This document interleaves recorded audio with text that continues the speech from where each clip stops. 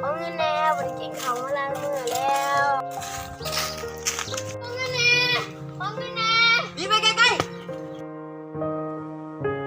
แม่เชียวเงินไปซื้อเขา ๆลงอย่าได้เงินมึงอย่าได้เขา อยากได้เงิน เงิน140,000มึงต้องไปถิ่มที่ยังไงกูก่อน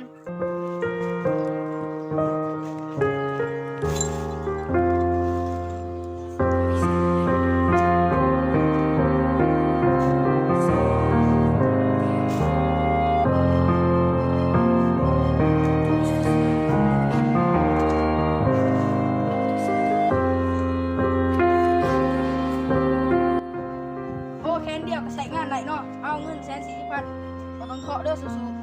ๆไปขึ้น เบี้ย ยังโอ้เจออยู่มาพูดที่แค้นกุดนั่นบ่ แมนเบี้ยจะเห็นยัง